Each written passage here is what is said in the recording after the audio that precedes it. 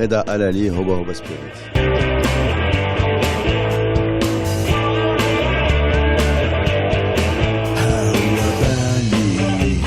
C'était déjà dans un contexte où il n'y avait pas l'idée d'en faire une carrière ou d'en faire une longue aventure. C'était plutôt quelque chose de très spontané qui est né dans un Maroc où il n'y avait pas vraiment de festival, il n'y avait pas vraiment de radio, il n'y avait pas vraiment d'internet. Et c'était un besoin, mais viscéral. Hein. C'est d'ailleurs la force peut-être de ce besoin qui a permis à l'aventure de durer aussi longtemps.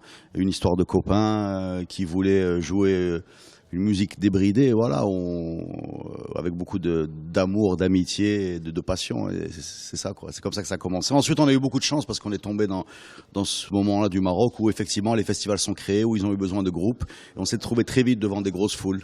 Je ne sais pas si on remplissait un vide, mais je sais qu'on proposait quelque chose de nouveau, en tout cas, enfin de nouveau, de différent. Et d'ailleurs, on se sentait tellement différents du reste de la scène et de ce qui nous avait, ce qu'il y avait autour de nous, qu'on ne se voyait pas vraiment durer dans cet environnement-là. Ensuite, il y a eu très vite une sorte de passion avec les gens qui a fait que ça a duré. Je ne sais pas l'expliquer, hein. J'évite même d'y réfléchir parce que sinon ça peut paralyser, quoi. Ça bloque. Il y a quelque chose de thérapeutique là-dedans, déjà pour nous, hein. Ensuite pour les gens, bien sûr. Ouais, c'est un moment de catharsis collectif, c'est un moment de... C'est un médicament social, la musique. Hein. C'est pas moi qui l'ai inventé. Il faut juste que les gens soient conscients pour la mettre à la place qu'elle mérite, en particulier dans notre continent, qui est un continent qui vibre de partout. Il faut absolument que nos responsables comprennent qu'il y a une richesse incroyable là-dedans, qui est exploitée à peine, quoi, enfin, au minimum. Mais déjà, il y a une nouveauté dans l'histoire du Maroc récente, c'est qu'on a une communauté subsaharienne qui s'installe au Maroc. Voilà. Ça, c'est quelque chose qu'on a été longtemps un pays d'émigration, les gens émigrés. Maintenant, on a aussi un pays d'immigration. Pour moi, ça, c'est positif parce que ça rapporte de la diversité, ça rapporte de la couleur, de la culture, ça rapporte de la connaissance de l'autre, qui pour moi est tout simplement la base de faire tomber les clichés, les préjugés, c'est de se fréquenter. Souvent, on a passé quasiment 3 ou 4 semaines au Niger il y a longtemps et ça nous a vraiment marqué dans le sens où on a redécouvert les proximités, en particulier rythmiques, qu'on peut avoir entre l'Afrique de l'Ouest et le Maghreb. Et un des grands drames du Maroc, c'est qu'il n'est pas forcément conscient de cet héritage. Voilà. Il n'est pas conscient de ce qu'il a d'africain. Il a tellement été les yeux tournés vers l'Europe que c'est quelque chose qui a peut-être échappé à beaucoup de gens. Ce qu'on a de commun, entre autres, c'est le fait par rapport à l'Occident au sens large, c'est le fait de maîtriser leurs codes, beaucoup plus qu'ils ne maîtrisent les nôtres. Et c'est capable comme ça de s'inspirer, je sais pas, du mbala, du rock, et du reggae, et ce que vous voulez, donc, ou du blues touareg. Donc du coup, on a ces codes-là, pas forcément maîtrisés, mais on les connaît. On n'est jamais en terrain inconnu, en fait. L'Africain a vraiment jamais été paysé.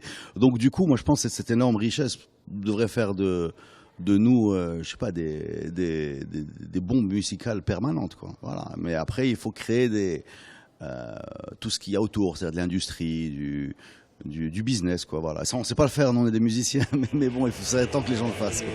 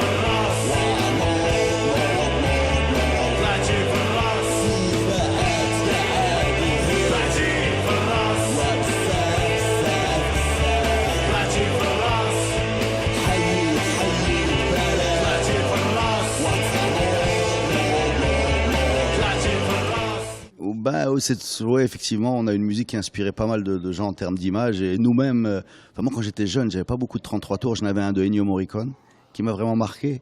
Et ouais, voilà, les westerns spaghetti. Et il arrive très souvent dans la composition qu'on imagine des images. Alors, on n'a pas les moyens de le faire parce que c'est pas notre métier, mais on se retrouve souvent utilisé par le cinéma. C'est vrai, c'est une bonne remarque, oui.